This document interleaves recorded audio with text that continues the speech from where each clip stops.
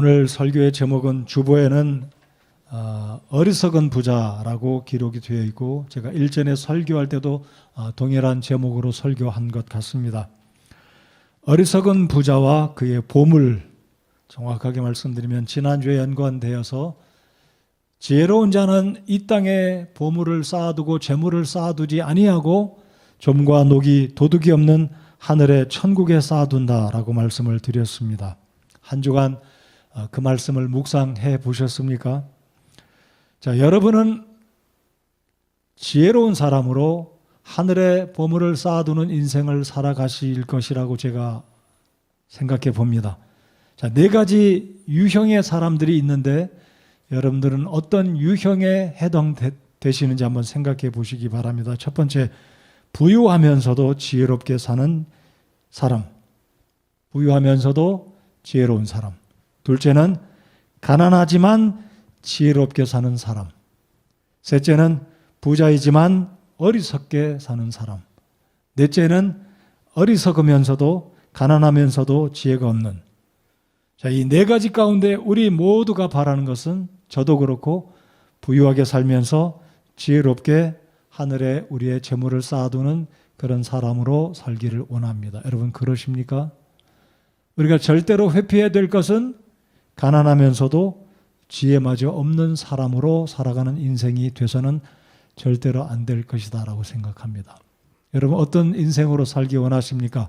부유하게 살면서 지혜롭게 하나님이 주신 시간과 재능과 물질을 관리하는 믿음과 지혜가 있는 사람이 되기를 바랍니다. 오늘 본문에 등장하는 예수님이 오늘 설교의 주인공이라고 할 수 있는 이 부자, 예수님이 주인공이시죠, 사실은. 네, 오늘 본문의 핵심으로 다루고 있는 이 사람은 세 번째 유형의 사람이었습니다.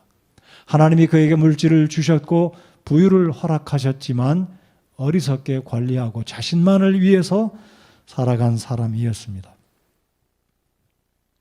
우리 예수님께서 이 부자를 향해서 어리석다라고 말씀하신 그 이유를 세 가지 측면에서 생각해 보면서 나는 어떤 유형으로 부유하면서도 지혜로운지 아니면 가난하지만 지혜로운지 그리고 부자지만 어리석게 살고 있는지 아니면 지혜도 없으면서 가난하게 살고 있는지 우리 자신들을 돌아보는 복된 시간 되기 바랍니다. 자, 그러면 첫 번째로 왜 예수님은 이 부자를 향해서 어리석다라고 말씀하셨는지 첫 번째 주제를 보시면서 빈칸을 채워주시기 바랍니다. 첫 번째 이유는 이 어리석은 부자는 그는 창조주 하나님이 없는 삶을 살았기 때문입니다. 다시 말씀드리면 이 부자의 생애 가운데 이 사람의 생각 속에서는 전혀 하나님을 섬기지도 하나님을 믿지도 하나님께 감사드리지도 않았습니다. 자, 12절로 19절까지 한번 보시기 바랍니다. 오늘 본문이 15절부터 저희들이 21절을 읽었는데 자, 18절, 19절을 제가 읽겠습니다.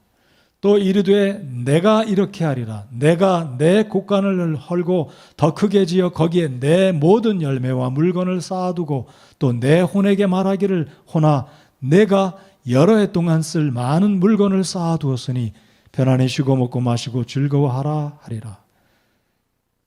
제가 이 8절, 9절, 18, 9절을 읽을 때 강조하면서 읽은 단어들이 있었습니다. 그게 뭐냐면 내가, 내 물건, 내 곳간, 내 혼에게 내 모든 열매와 그리고 그가 스스로 자신을 가리켜서 내가 8번이나 저자 누가는 이 사람이 self-centered, selfish한 모습을 강조하고 있습니다. 내가 내 열매를 모두 8번입니다.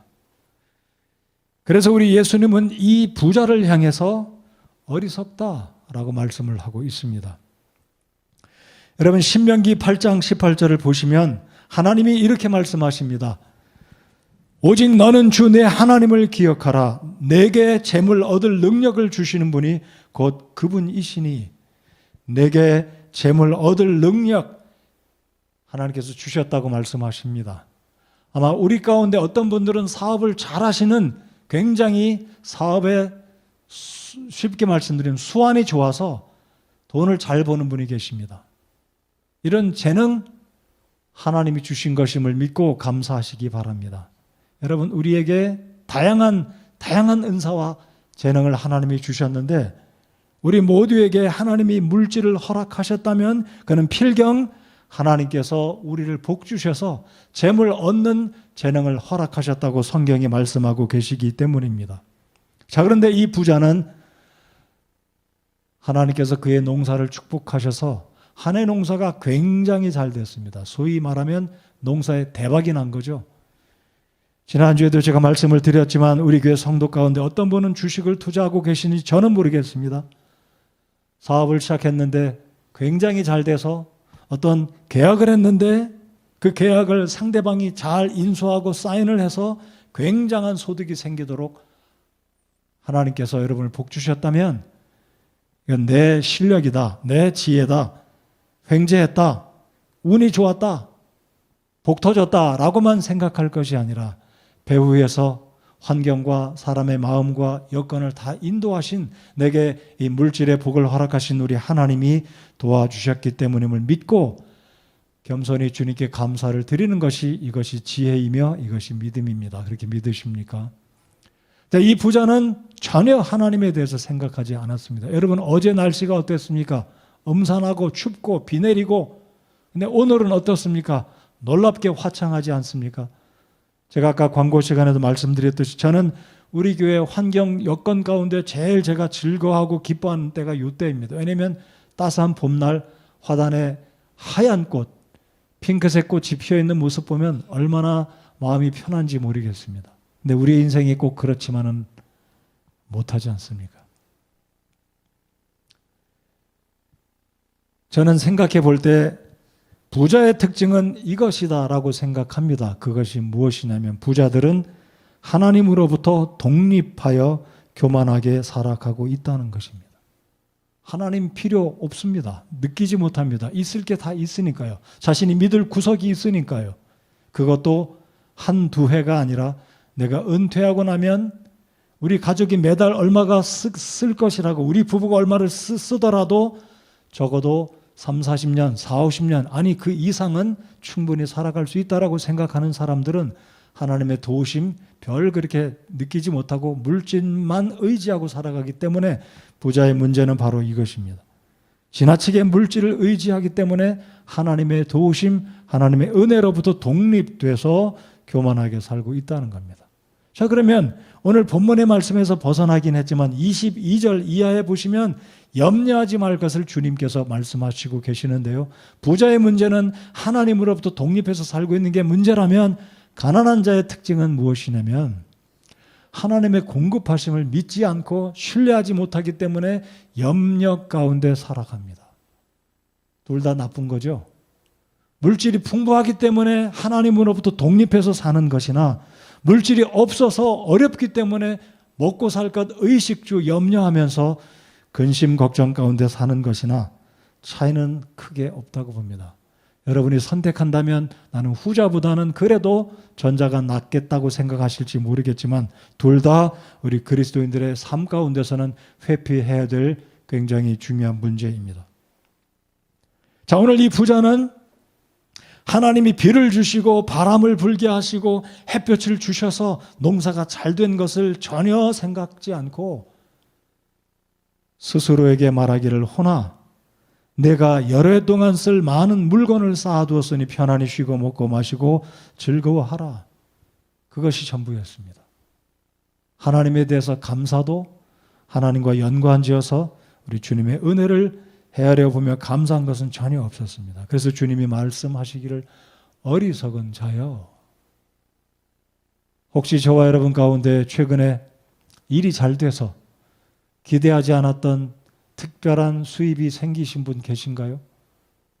기대하지 않았던 놀라운 어떤 성과가 있었는데 그것으로 인해서 우리 하나님께 감사드리며 정성으로 주님께 또 감사한금을 드리며 하나님께 영광 올려 들으셨나요? 이 시편 14편 1절과 53편 1절은 똑같은 말씀을 기록하고 있는데 그 말씀이 이렇습니다. 어리석은 자가 마음속으로 이르기를 하나님은 없다 하였도다. 이것이 하나님의 입장에서 볼 때는 어리석다는 것입니다. 사리를 판별하지 못하고 머리에 지식이 없고 외국어에 유창하지 못하고 사람과의 관계를 못하는 사람이 어리석은 자가 아니라 하나님의 하나님 되심을 인정하지 않고 자기가 잘난 줄 알고 교만하게 살아가는 그 사람이야말로 진짜로 어리석다는 것입니다. 여러분, 그래서 로마서 3장 10절 11절에 하나님 말씀하시기를 이것은 기록된 바 의로운 자는 없나니 단 한 사람도 없으며 깨닫는 자도 없고 하나님을 찾는 자도 없으며 라고 말씀합니다. 깨닫지 못합니다. 너무 잘 되니까. 그러므로 잘 될 때일수록 하나님께 감사하고 안 될 때일수록 하나님께 돌아보며 주님을 신뢰하는 우리가 되어야 된다는 사실이 이 본문 상하에 있는 위에 있는 구절 염려하지 말라는 22절의 말씀인데, 아무튼 오늘 본문은 이 부자에게 집중해서 저희들 생각해 보기 원합니다. 골로새서 3장을 다 한번 열어주시겠습니까? 지난주에 저희들이 골로새서 3장 1절로 3절까지 읽은 구절이라고 제가 생각합니다. 골로새서 3장 1절로 3절까지 읽었습니다. 다시 한번 골로새서 3장을 열어주시기 바랍니다. 우리가 구원받았기 때문에 하늘에 우리의 보물을, 우리의 재물을 쌓아두고 이 땅에 있는 것에 우리의 마음을 쓰지 말라, 너희의 애착을 땅에 있는 것에 두지 말라는 말씀을 3장 1절로 3절까지 저희들이 읽었지만 다시 한번 읽어보겠습니다. 1절부터 3절까지 읽겠습니다. 시작. 그러므로 너희가 그리스도와 함께 일으켜졌거든 위에 있는 그것들을 추구하라. 거기에는 그리스도께서 하나님 우편에 오른편에 앉아 계시느니라. 위에 있는 것들에 너희의 애착을 두고 땅에 있는 것들에 두지 말라. 너희는 죽었고 너희 생명은 그리스도와 함께 하나님 안에 감추어져 있느니라. 아멘. 이제 5절을 읽겠습니다. 5절 같이 읽습니다. 시작. 그러므로 땅에 있는 너희 지체를 죽이라. 그것들은 음행과 부정함과 무절제한 애정과 악한 욕정과 탐욕이니 탐욕은 우상 숭배니라. 혹시 여러분 집에 우상단지 두고 계신 분이 계신가요? 저희 어머님은 돌아가시기 직전에 제가 전도하고 복음을 전해서 예수님을 영접하고 구원받고 천국 가셨지만 저희 어머님이 미신을 믿는 분이어서 제가 학교 다닐 때 보니까 집에 한쪽 편에 조그만 나무 상자를 두고 거기에 우상, 소위 말하는 우상단지 같은, 거기에 뭐 불상이 들어있고 그러지는 않았습니다. 우상을 섬겼던 어머니였던 게 생각이 납니다. 여러분, 우리가 구원받은 그리스도인들은 어떤 형상, 불상이나 뭐 십자가 포함해서 어떤 형상도 우리가 절하여 그것 앞에 의지하고 기도하지는 않습니다. 그런데 오늘 말씀을 잘 보시면 탐욕이 곧 우상 숭배다라고 말씀하십니다. 자, 그렇다면 쉬운 결론은 우리 모두는 탐욕으로부터 완전히 자유스러운 사람은 아무도 없다. 그 말은 언제든지 우리 구원받은 그리스도인들도 자칫 잘못하면 우상을 섬길 수 있는 죄에 빠지기가 쉽다는 말씀이 골로새서 3장 5절 말씀입니다. 자, 오늘 이 부자 영감은, 이 부자는 물질을 의지하고 자기 혼에게 이르기를 호나 내가 여러 해 동안 먹고 마실 재물을 쌓아두었으니 수고하고 고생했으니 물질을 의지해서 잘 살자. 곧 이 물질이 그의 탐심이었고 곧 그의 우상 숭배가 되었습니다. 자, 그렇다면 우리가 어떤 측면에 이 탐욕의 문제를 극복할 것인지, 여러분 탐욕으로부터 자유스럽지 못하다는 거 다 인정하십니까? 대답을 좀 해주시기 바랍니다. 우리 모두는 그것이 물질적인 탐욕이 됐든 이성적인 탐욕이 됐든 권세와 명예와 권력이 됐든 우리 모두는 분야는 다를 수 있을지 모르겠지만 우리 모두는 탐욕에 사로잡혀 살아갈 수 있는 위험은 언제든지 있다는 것입니다. 자, 그 중에 대부분의 사람들은 물질의 탐욕에 연관되어 있습니다. 자, 그렇다면 이 물질의 탐욕으로부터 우리를 하나님께서 자유롭게 하시고 하늘에 보물을 쌓아두는 가장 중요한 원리 중에 하나가 11조를 하나님이 드리라고 명령하신 것이 바로 거기에 있다는 겁니다. 그래서 우리가 11조를 드릴 때 하나님이 내 삶을 복주시고 직장과 직업과 생업을 통해서 내 필요를 공급하신 분이라는 것을 인정하는 그 행위가 11조라는 것입니다. 하나님이 내게 10개를 주셨으면 그 중에 첫 번째 거를 떼서 하나님께 드리는 11조. 그래서 여러분 11조에 대해서 여러 가지 신화가 있습니다. 11조는 율법이다. 11조는 안 드려도 된다. 온갖 등등의 유튜브에서 난무하는 설교 가운데 하나가 11조입니다. 그러나 제가 다시 한번 말씀드립니다. 여러분이 성서침례교회 회원이라면 11조 하는 성도가 되시기 바랍니다. 11조를 믿지 않는다면 우리 교회의 믿음과 다른 것입니다. 우리 교회 출석하는 성도가 우리 교회 믿음과 다른 믿음을 갖고 있다는 것은 이거는 모순이고 하나님이 기뻐하지 않는 거라고 저는 생각합니다. 자, 그러면 11조를 드리는 액수가 중요한 게 아닙니다. 내가 11조를 1,000만 원을 드리든 10,000원을 드리든 우리 초등학교 학생처럼 500원을 드리든 1,000원을 드리든 하나님이 기뻐하시고 하나님이 원하시는 11조의 원리는 온전한 10분의 1을 하나님께 드리는 것입니다. 저는 지금도 생각해 보면 고등학교 다닐 때 한 번은 헌금 봉투에 동전을 담아서 11조를 드리는데 그게 좀 부끄러웠던 것 같아요. 우리 성도 여러분들 기억하시기 바랍니다. 하나님 앞에 11조를 100원을 드려도 1,000원을 드려도 우리 어른이 돼서 하나님께 11조를 10,000원을 드려도 그건 절대로 부끄러운 게 아닙니다.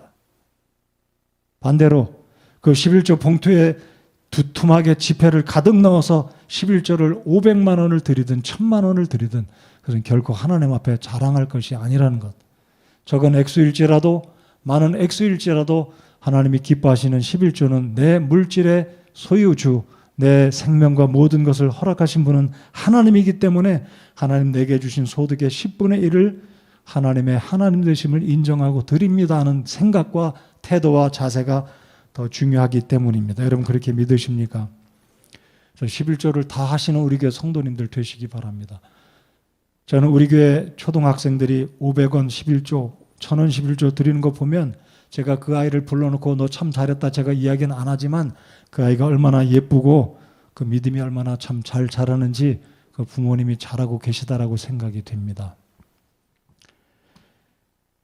성도들 가운데 11조를 드릴 때 무명으로 드리는 분들이 계십니다. 11조는 무명으로 드리지 말고 자신의 이름을 언급해서 드리시기 바랍니다.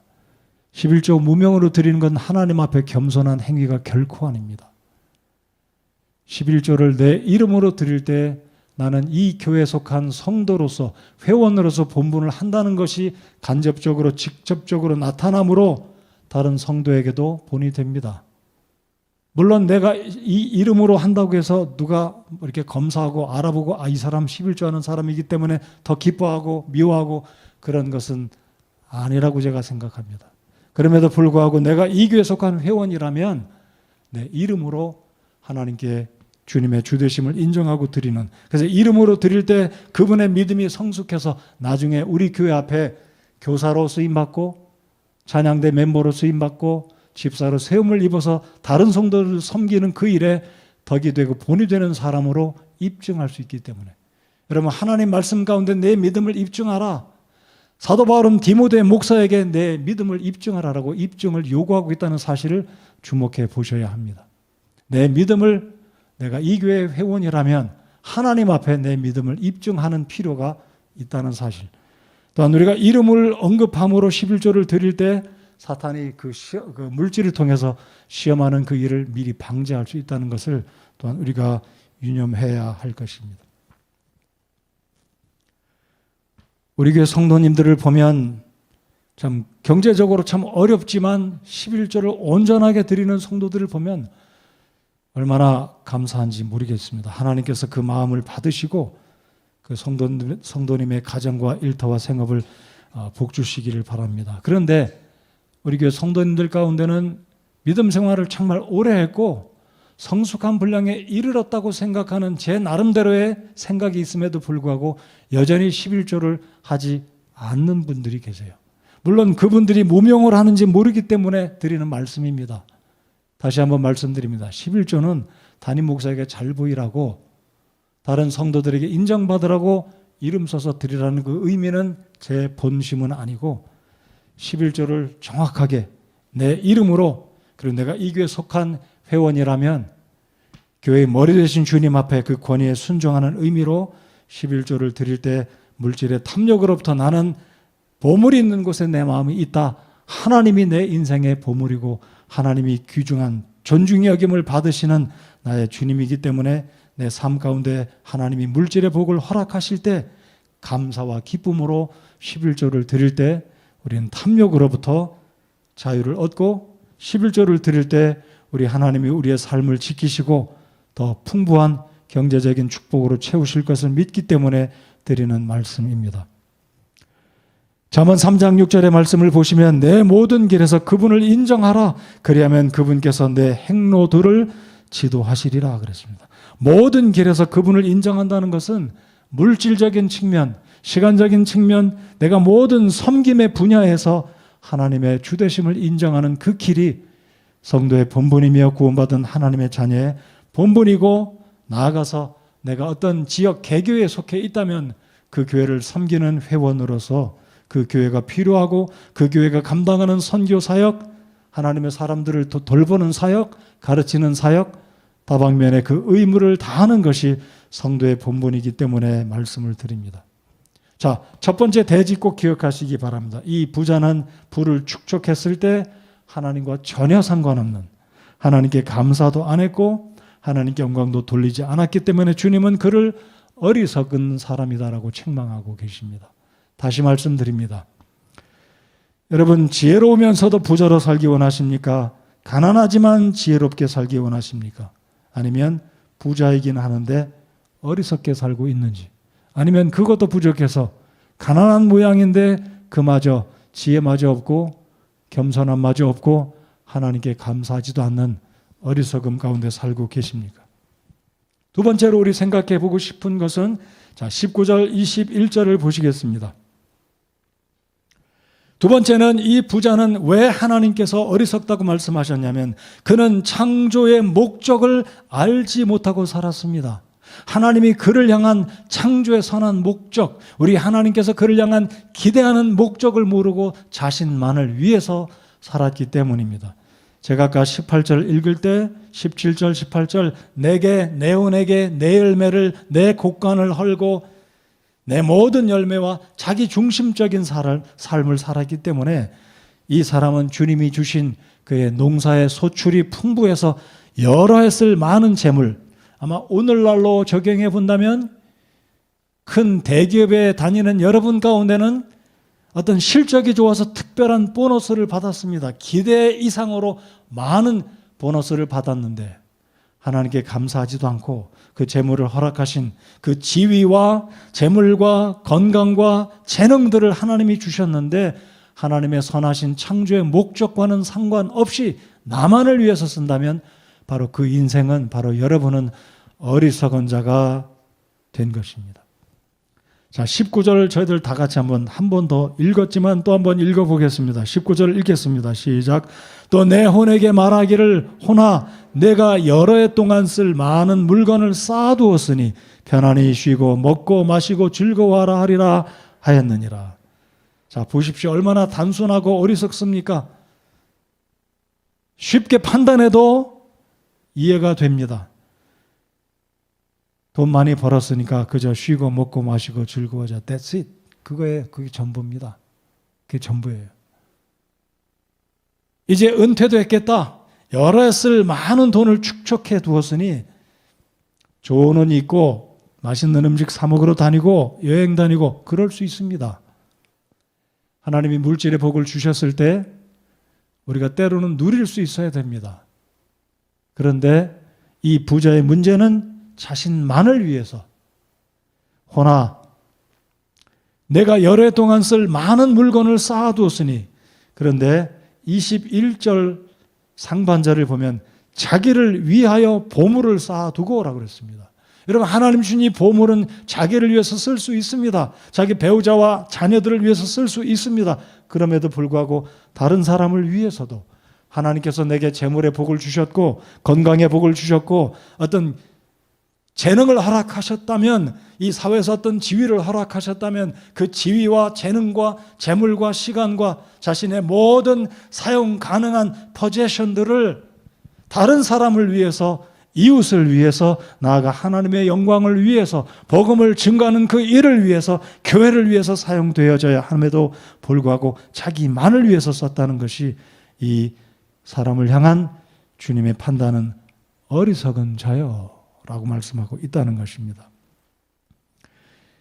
여러분, 에베소서 2장 10절에 보시면 하나님은 우리를 구원하시고 우리를 창조하신 목적은 하나님의 선하신 목적, 하나님의 기대하심을 두고서 저와 여러분을 창조하셨고 저와 여러분을 구원하셨다고 주님이 분명히 말씀하십니다.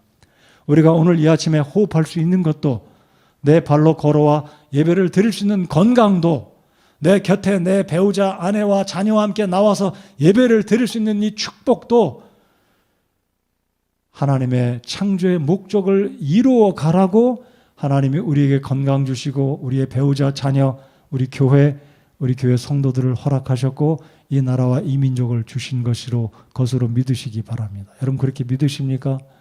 여전히 살아있는 것도. 여러분, 19절 20절에 주님이 뭐라고 말씀하십니까? 20절에 그러나 하나님께서 그에게 이르시되 너 어리석은 자여, 이 밤에 내게서 내 혼을 요구하리니, 이 밤에, this very night, 이 밤에, 내일 밤도 아닙니다. 바로 이 밤에 하나님께서 생명의 주가 되시는 그 하나님께서 내 생명을 취해 불러가신다면 내가 예비한 재물이 누구 것이 되겠느냐. 여러분, 우린 간혹가다 그런 이야기 합니다. 아이고, 저 부자 그렇게 고생하고 허리띠 졸라매고 살더니 돈 한 번 쓰지 못하고 세상 떠났네 라는 말을 할 때가 있습니다. 우리 그 말을 잘 생각해 보시기 바랍니다. 안타까운 사실이라고 할 수 있겠습니다. 안타깝죠. 고생만 하고 소위 말해 남 좋은 일만 시키고 본인은 정작 그 부를 즐기지 못하고 세상을 떠났으니 안타깝죠. 근데 이 질문을 우리가 다시 한번 생각해 봐야 될 질문이 있습니다. 그것은 뭐냐면, 무엇이 남겨져 있는가? 문제는 무엇이 남겨져 있는가가 아니라 문제는 무엇을 직면할 것인가? 꼭 기억하시기 바랍니다. 문제는 무엇이 내 뒤에 남겨져 있는가? 그것이 아니라 내가 무엇을 직면하는가? 즉, 죽음 이후에 과연 내게 생명을 주시고 시간 주시고 재물을 허락하신 그 하나님 앞에 설 때에 무엇이 나를 기다리고 있는가가 더 중요한, 엄숙한 우리가 물어야 할 질문이라는 겁니다. 여러분, 하나님께서 저와 여러분에게 재능을 주셨고 시간을 주셨고 재물을 주셨는데, 지난주에 살펴본 말씀처럼 나만을 위해서 이 땅에 쌓아두다가 세상을 떠나면 하나님 앞에 갈 때 empty, nothing, 아무것도 없다고 생각해 보십시오. 그것이 진짜 두렵다는 겁니다. 하나님 앞에 섰을 때 진짜 그것이 부끄럽다는 거죠. 구원받지 아니한 사람들은 생명의 주 앞에 설 때 왜 예수 그리스도를 살아생전에 회개하고 예수님을 영접하고 구원받을 수 있음에도 불구하고 미루고 핑계대다가 결국 생명의 주 앞에 섰을 때 그의 죄값을 주님이 물으실 때 구원받지 못하고 지옥불에 떨어진다면 남아있는 것이 무엇이 유익하겠고 앞으로 들어가야 할 그 지옥의 형벌을 어떻게 감당할 수가 있겠습니까? 그래서 문제는 무엇이 뒤에 남겨져 있는가가 아니라 내가 앞에 직면해야 될 문제가 무엇인가 라는 것입니다. 자, 그래서 주님이 말씀하십니다. 너 어리석은 자여, 이 밤에 내게서 내 혼을 요구하리니. 그래서 이 부자는 하나님의 창조의 목적과는 전혀 상관없는 자신만을 위해서 열심히 살아왔고 수고해서 재물을 얻었지만 결국은 주의 뜻과 상관없는 삶을 살았습니다. 자, 이 부분에 있어서 누가복음 15장에 나오는 탕자의 이야기를 잠시 들려드리고자 합니다. 여러분이 누가는 다른 복음서들과 다르게 부자 이야기를 많이 하고 있습니다. 누가는 헬라인이었고 의사였습니다. 근데 이 누가복음 12장부터 21장까지 보면 부자 이야기가 적어도 8번이 나옵니다. 그중에 첫 번째 부자가 누가복음 12장이고 15장에 가면 부자였던 두 아들의 아버지 이야기가 나오지 않습니까? 그리고 16장에 가면 거지 나사로와 또 다른 부자 이야기가 나옵니다. 여러분, 12장에 나오는 부자와 16장에 나오는 부자는 다른 사람입니다. 12장은 비유의 인물, 실존의 인물이 아니고 비유이고 16장에 나오는 거지 나사로와 부자는 실존하는 인물이었습니다. 아무튼 15장의 탕자의 이야기를 여러분 잘 알고 계시겠지만 제가 조금 말씀을 드리겠습니다. 이 두 번째 아들이 아버지의 유산을 미리 물려받고 먼 나라에 가서 허랑방탕하게 다 재물을 탕진하고 돌아옵니다. 알거지가 돼서 누더기 같은 옷을 입고 신발도 신지 못한 채 돌아왔을 때 그의 아버지는 황급히 달려가서 그 자식을 끌어안고 허그하고 눈물로 아들을 맞이하고 용서해주고 최고 좋은 새 옷을 입히고 손가락질을 끼우고 그의 신분을 다시 한번 확인시켜 줍니다. 그리고 이웃들을 불러서 큰 잔치를 베풉니다. 들에서 농사를 짓고 힘들게 일하고 돌아온 큰아들이 이게 무슨 소리냐? 종을 불러서 물으니 여차여차 해서 이리 됐습니다. 그 말을 들은 이 형 첫째 아들은 화를 냅니다. 그 집에 들어가기를 거절합니다. 이 모습을 알았던 아버지가 그 큰아들을 불러서 와라! 내 동생, 죽었던 내 동생, 잃어버렸던 내 동생이 집으로 돌아왔다. 우리가 함께 즐거워하자라고 이야기합니다. 근데 큰아들은 뭐라고 이야기합니까? 보소서, 이 여러 해 동안 내가 아버지를 섬기며 어느 때고 아버지의 명령을 어긴 적이 없었거늘 아버지께서 내가 내 친구들과 함께 즐기도록 내게 염소 새끼 한 마리도 결코 주지 아니하셨나이다. 그러나 아버지의 살림을 창녀들과 함께 삼켜버린 아버지의 이 아들이 돌아오매 즉시 아버지께서 그를 위해 살진 송아지를 잡으셨나이다. 큰아들이 말한 것은 사실 사실이었습니다. 아버지의 재산을 탕진해 버렸으니까요. 아버지가 그를 용서해주고 아무런 책망도 하지 않고 잔치를 베풀어 준 것도 사실이었습니다. 자, 그렇다면 이 큰아들이 아버지에게 품고 있던 불만의 원인, 아버지에게 문제를 제기한 그 문제가 무엇인지 생각해 보겠습니다. 그 전에 이 첫째 아들의 노여움, 이 첫째 아들의 불만족에 대한 이 첫째 아들의 아버지를 향한 따지고 드는 이 말에 아버지가 무엇이라고 대답하는지 31절에 보면 놀라운 말이 기록되어 있습니다. 아버지가 그에게 이르되 아들아 너는 항상 나와 함께 있고 내게 있는 모든 것은 내 것이니라. 내게 있는 모든 것은 내 것이니라. 자, 그러니까 큰아들은 모르고 있었습니다. 아버지에게 잘 보여야 성실하게 아침 7시에 출근해서 저녁 7시에 해가 떨어질 때 농사일 마치고 집에 돌아오는 그 모습을 보아야 아버지는 내게 유산을 줄 알고 있었고 계산적이었고 사무적이었고 이해관계 속에 부자의 관계가 세워져 있었다는 겁니다. 근데 아버지의 모습은 어떻습니까? 둘째 아들이 돌아왔을 때 그를 맞이하고 책망하지 않고 반지를 끼워주고 옷을 갈아입히고 신발을 신겨주고 잔치를 베풀며 이르기를 내 아들은 죽었다가 살아났다. 근데 큰아들은 그것이 아니었습니다. 그래서 큰아들은 부자 아버지를 두었지만 가난한 종처럼 살아왔습니다. 여러분과 하나님의 관계는 어떻습니까? 우리가 하나님께 11조를 드립니다. 우리가 헌금을 드립니다. 예배를 드립니다. 수고해서 교회를 섬깁니다. 그것이 큰아들의 생각으로 내가 일이 할 때 아버지가 나를 기뻐하시고 나중에 아버지가 세상을 떠나면 내게 남은 분깃을 내게 돌아올 모든 재산을 주시겠지라는 생각으로 복받을 것을 생각하고 11조를 드리지는 않으십니까?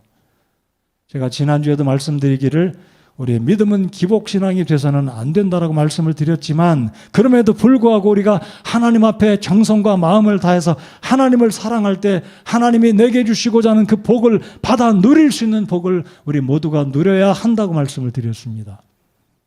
여러분 복 받기 원하십니까?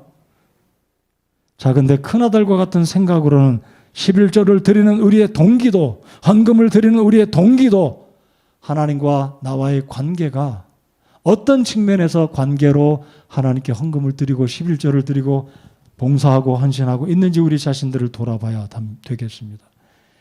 오늘 누가복음 12장에 나오는 이 부자는 첫 번째로 하나님과 전혀 관계도 없었고 하나님의 창조의 목적도 의식하지 못하고 오로지 자신만을 위해서 재물을 축적하고 재물을 의지하고 살았습니다.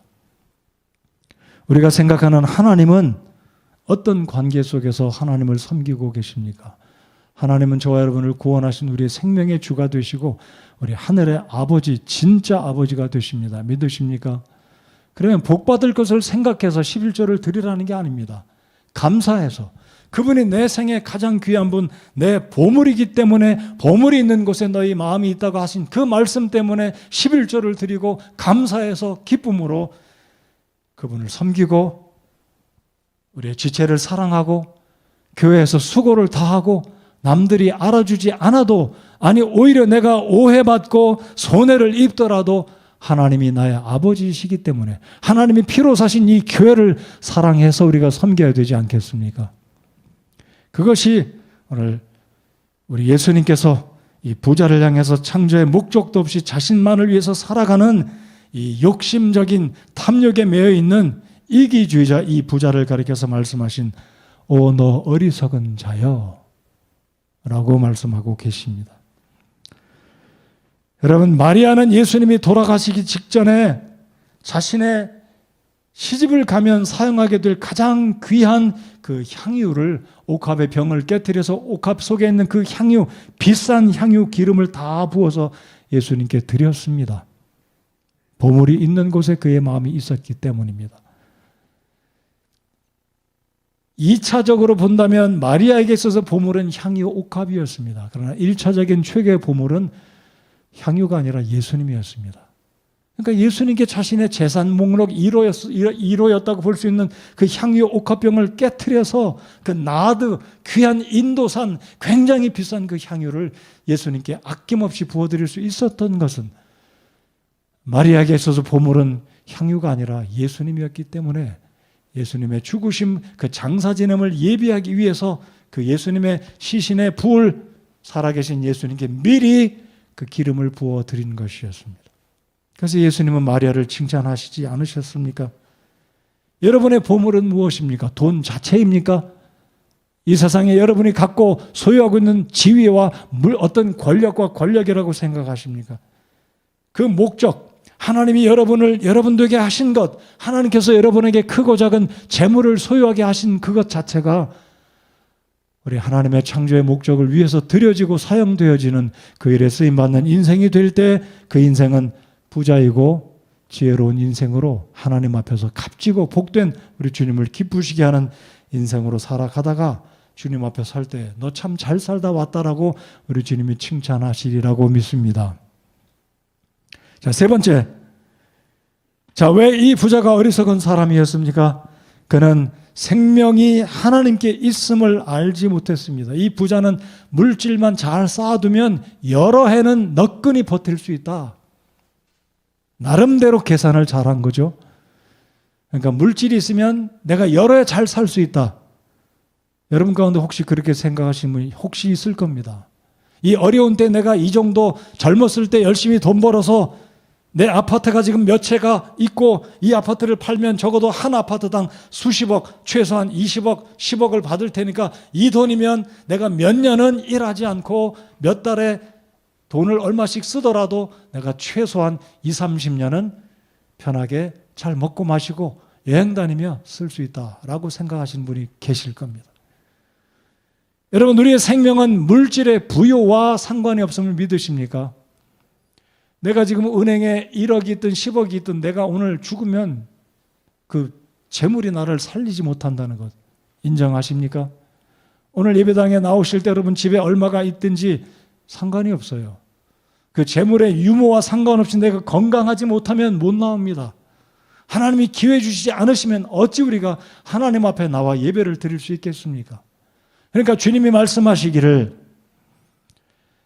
사람의 생명은 재물의 궁핍함과 넉넉함과 상관이 없다는 것 여러분 인정하십니까? 바로 우리의 생명은 하나님의 손에 있음을 믿고 우리에게 건강 주시고 하나님을 예배할 수 있고 하나님을 위해서 살아갈 수 있는 기회가 아직도 있음으로 인해서 감사하시기 바랍니다. 우리 청년들은 더 감사해야죠. 더 많은 날, 더 많은 기회를 하나님을 위해서 살아 드릴 수 있으니까 더 감사하고 하나님을 향해서 벅찬 기대감을 가지고 내가 하나님께 쓰임받을 수 있는 많은 날들이 있으니까 더 기대를 가지고 감사하면서 살아가는 우리 청년들 되시기 바랍니다. 그렇다고 나이 드신 분들은 부정적으로 생각하지 않으시기 바랍니다. 아직도 주님을 위해서 내가 쓰임받을 수 있기 때문에, 아직도 날이 남아있기 때문에, 그 날수가 젊은이들보다는 길지 않겠지만 여전히 나는 주님을 위해서 무엇인가 드릴 수 있고 쓰임받을 수 있다는 이 기회가 남아있다는 것. 그런데 여러분이 보십시오. 이 부자가 몇 살인지 모르겠지만 이 밤에 내게서 내 혼을 요구하리니 그러면 내가 예비한 것들이 누구의 것이 되겠느냐라고 주님 말씀하십니다. 여러분, 야고보서 4장 13절 14절에 이렇게 말씀합니다. 자, 이제 너희가 말하기를 오늘이나 내일 우리가 어떤 도시에 가서 한 해 동안 거기 머물며 사고 팔고 하여 이득을 얻으리라 하거니와 내일 있을 일을 너희가 알지 못하는도다. 너희 생명이 무엇이냐? 그것은 곧 잠시 나타났다가 그 뒤에 사라져 버리는 안개 또는 수증기니라 라고 말씀하십니다. 그래서 이 사람의 비극은 수많은 재산을 남겨두고 죽은 것이 비극이 아니라 이 사람이 당면해야 될 잠시 후에 있을 그 두려운 하나님의 심판 앞에서 설 자리가 없다는 것이 진정한 이 부자의 문제였다는 것입니다. 여러분의 문제는 어떻습니까? 하나님이 오늘 밤이라도 내 영혼을 부르신다면 내가 그 앞에 설 때 예수님을 영접하고 구원받았기 때문에 하나님 감사합니다. 저 같은 사람을 구원하시고 주의 자녀 삼으시고 천국에 들어갈 수 있는 복을 허락하시니 감사합니다라고 하나님의 보좌 앞에 당당히 나아갈 수 있으신가요? 아니면 내가 이제 죽어보니 이제 알겠구나. 내가 예전에 어떤 친구가 나의 어머니가 그렇게 예수님 믿고 구원받으라고 한 이야기가 사실이었구나 하고 하나님의 흰 보좌 앞에 서서 심판을 받고 그 죄값으로 인해서 영원한 지옥의 불못에 떨어지게 된다면 어찌 하시렵니까? 여러분 준비되셨습니까? 히브리서 9장 27절은 이렇게 말씀합니다. 한 번 죽는 것은 사람들에게 정해진 것이요 이것 뒤에는 심판이 있나니 이 부자는 심판이 있음을 꿈에도 생각하지 못했습니다. 왜요? 근본 그의 삶은 하나님과 관계가 없었기 때문입니다. 근본 그는 하나님의 창조의 목적과는 상관없이 오로지 자신만을 위해서 살아왔었기 때문입니다. 21절 자기를 위하여 보물을 쌓아두고 하나님께 대해 부여하지 못한 자는 이와 같으니라. 하나님이 우리에게 힌트를 주십니다. 이 비유를 통해서 이 부자는 실제 인물은 아니었습니다. 그러나 이 비유는 얼마든지 여러분의 삶 가운데 얼마든지 발생할 수 있고 아니 지금 그렇게 살아가고 있을지 모르겠습니다. 그래서 하나님이 우리에게 이 비유를 통해서 경고의 말씀을 주시는 것은 정신 차리고 너 어리석게 살고 있지 않는가? 하나님께서 우리에게 경고의 말씀 깨닫게 하시려고 지혜롭게 살라고 주님이 이 말씀을 들려주시는 줄 믿으시기 바랍니다. 자기를 위하여 보물을 쌓아두고 하나님께 대해서 부요하지 않으신가요? 여러분 하나님께서 여러분에게 재물을 주시고 건강 주셨다면 나만을 위해서 살지 않기를 바랍니다. 그래서 아모스 4장 12절에 하나님은 이렇게 말씀하십니다. 내 하나님 만나기를 예비할지니라. 저를 따라서 해보시기 바랍니다. 내 하나님 만나기를 예비할지니라. 내 하나님 만나기를 예비할지니라. 네, 아모스 4장 12절에 스크린 위에 떠 있는데 마지막 끝부분입니다. 내 하나님 만나기를 예비할지니라. 사람들이 흔히 하잖아요. 애기들도 흔히 하잖아요. Are you ready?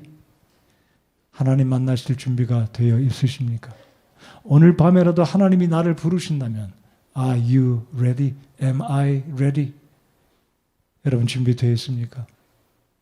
여러분 창고에 여러분의 은행의 잔고에 얼마가 있는지 그거는 그렇게 중요한 것이 아닙니다. 나는 정말 하나님을 오늘 밤이라도 주님이 나를 부르신다면 내 생명의 창조주 하나님이 나를 불러가신다면 여러분 죽음의 순서는 무순입니다.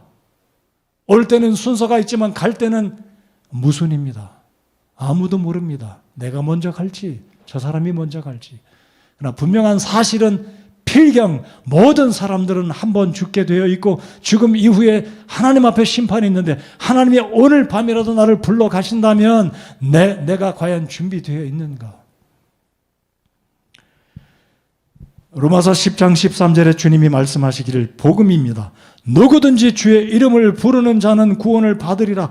누구든지 지금까지 어떻게 살아왔든지 이기적이 되었던 다른 사람을 위해서 살아왔던 누구든지 오늘 이 시간에 회개하고 예수 그리스도를 나의 주님으로 영접하면 하나님은 용서하시고 구원하셔서 하나님의 자녀 삼아주시고 천국의 심판이 아니라 천국의 영원한 천국의 축복을 예비하시는 자비하신 하나님이신 줄 믿으시기 바랍니다.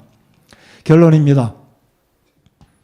어리석은 사람은 하나님을 부정합니다. 자신의 생각과 뜻대로 살고자 하는 사람입니다. 오직 자신만을 위해서 사는 사람입니다. 여러분, 하나님께서 여러분에게 재물을 허락하셨다면 사람에게 투자하시기 바랍니다. 자신을 위해서도 쓸 줄 알아야 되겠지만 남들 위해서도 쓸 줄 알고 하나님의 선교를 위해서, 복음을 위해서, 하나님의 나라를 위해서 하나님께서 여러분에게 허락하신 그 무엇인가를 투자하며 나누고 사용하는 하나님이 기뻐하시는 지혜로운 사람들로 우리의 삶을 살아가야 할 것입니다. 제가 오늘 설교 서두에 말씀드렸습니다. 부자이면서도 지혜롭게 살든지, 가난하지만 지혜롭게 살든지, 아니면 부자이긴 한데 어리석게 살고 있든지, 아니면 그것마저도 못해서 가난한 모습에 지혜마저 없게 살아서는 결코 안 될 것입니다.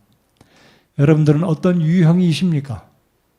저나 여러분이나 부유함 가운데 지혜롭게 하나님이 주신 재물을 적절하게 이 세상에 쌓아두는 것이 아니라 하늘의 창고에 쌓아두는 내 보물이 있는 곳에 내 마음이 있다는 우리 주님의 말씀처럼 지혜롭게 믿음으로 하나님 말씀에 순종하며 살아가는 하나님이 기뻐하시는 정말로 지혜로운 믿음으로 살아가는 여러분들 모두가 되시기를 우리 주님의 이름으로 권면해 드립니다.